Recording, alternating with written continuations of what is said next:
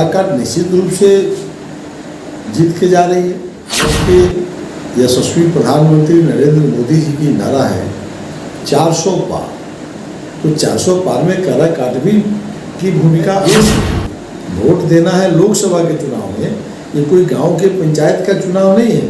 तो जो अस्थाई सरकार देगा तो नरेंद्र मोदी जी की 10 साल की अस्थाई सरकार है और 10 वर्षों में गाँवों का विकास हुआ है।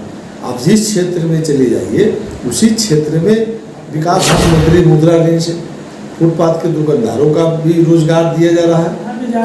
से बात कर रहे हैं और एनडीए की सरकार आएगी तो संविधान खतरे में है, इस मुद्दा को चुनाव लड़ रहे हैं, ये कहाँ तक सत्य है? अरे इन लोगों के पास कोई मुद्दा नहीं है, मुद्दा विहीन पार्टियां संविधान बदल देंगे। संविधान बदल देंगे क्या है? संविधान किसे बदल जाएगा?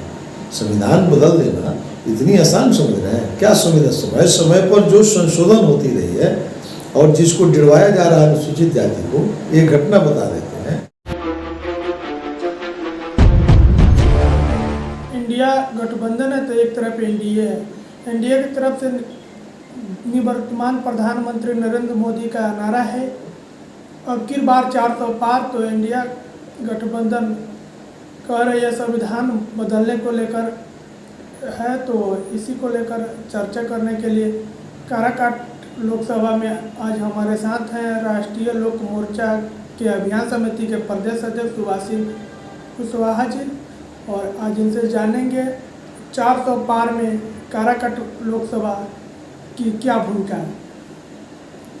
ये काराकाट निश्चित रूप से जीत के जा रही है। जो भारत के यशस्वी प्रधानमंत्री नरेंद्र मोदी जी की नारा है 400 पार। तो 400 पार में काराकाट भी की भूमिका अहम होगी, क्योंकि हमारे पार्टी के राष्ट्रीय अध्यक्ष माननीय उपेंद्र कुशवाहा जी स्वयं यहाँ चुनाव लड़ रहे हैं। उनको जीतने में कोई शंका संदेह नहीं है। निश्चित रूप से हमारी भूमिका होगी। जहाँ तक इंडिया गठबंधन के लोगों का अपनी जो मुद्दा है, आपने कहा संविधान बदलने की, तो हमारे नेता सब लोग बता चुके हैं, हम भी बता रहे हैं कि संविधान बदलने की औकात किसी को नहीं है। और जब तक भारत के प्रधानमंत्री नरेंद्र मोदी जी हैं तब तक जो है संविधान को कोई छेड़छाड़ नहीं कर सकता। जहाँ तक इन लोगों का नेतृत्व का सवाल है तो इनके पास कोई मुद्दा नहीं है, सिर्फ संविधान बदलना। जबकि इन लोगों को समय समय पर देश की जनता ने मौका दिया। एक बार तो ये हालात थे इस देश के अंदर, आपको मैं बता देता हूँ कि 1977 में देश की तमाम पार्टियाँ इमरजेंसी के बाद में जो चुनाव हुई थी जनता पार्टी बना, और भारतीय जनसंघ भी ये भारतीय जनता पार्टी के लोग उस समय भारतीय जनसंघ में काम करते थे, वो पार्टी भी समाप्त करके जनता पार्टी बनी थी और मोरारजी देसाई देश के प्रधानमंत्री बने। 1.5 वर्षों के बाद चौधरी चरण सिंह ने सरकार गिरा दिया और आपस में इन लोगों की बहुत लड़ाई हुई। फिर चौधरी चरण सिंह 6 महीने के लिए प्रधानमंत्री बने, फिर इंदिरा गांधी ने सरकार गिरा दी थी। तो 2 वर्ष में ही सरकार इन लोग गिरा लिया था। 89 में बीपी सिंह की सरकार बनी और चंद्रशेखर सिंह दोनों मिलकर झगड़ा कर लिए। 2 साल दोनों प्रधानमंत्री रहे, सरकार गिर गई। 1996 में देवगौड़ा और गुजराल की भी सरकार देश की जनता ने बनाया। तो कई अवसर आया जिसमें लालू प्रसाद जी रहते थे, सब में यही महागठबंधन के लोग था। तो देश की जनता तो समय समय पर इन लोगों को मौका देती ही रही है ना। तो आप 77 में भी सरकार नहीं चला पाए, आप 89-90 में भी सरकार नहीं चला पाए, 96 में सरकार आप नहीं चला पाए, तो किसको धोखा दे रहे हैं? यहाँ तो माले लड़ रहा। तो चुनाव है देश के लिए, वोट देना है लोकसभा के चुनाव में, ये कोई गांव के पंचायत का चुनाव नहीं है। तो जो अस्थाई सरकार देगा तो नरेंद्र मोदी जी की 10 साल की अस्थाई सरकार है और 10 वर्षों में गाँवों का विकास हुआ है। आप जिस क्षेत्र में चले जाइए उसी क्षेत्र में विकास हुआ है। आपको प्रधानमंत्री मुद्रा ऋण से फुटपाथ के दुकानदारों का भी रोजगार दिया जा रहा है। आप जो है प्रधानमंत्री सुरक्षा योजना को देख लीजिए, प्रधानमंत्री जीवन ज्योति योजना को आप विश्लेषण करके देख लीजिए, आपको अटल पेंशन योजना की बात कर लीजिए, सुकन्या बालिका समृद्धि योजना किसके लिए चलाया जा रहा है, प्रधानमंत्री सूरज योजना हर घर पर सोलर प्लेट लगने जा रहा है। हर पोस्ट ऑफिस में देखिए पूरे देश में आंदोलन छिड़ा हुआ, लाइन लगा हुआ है।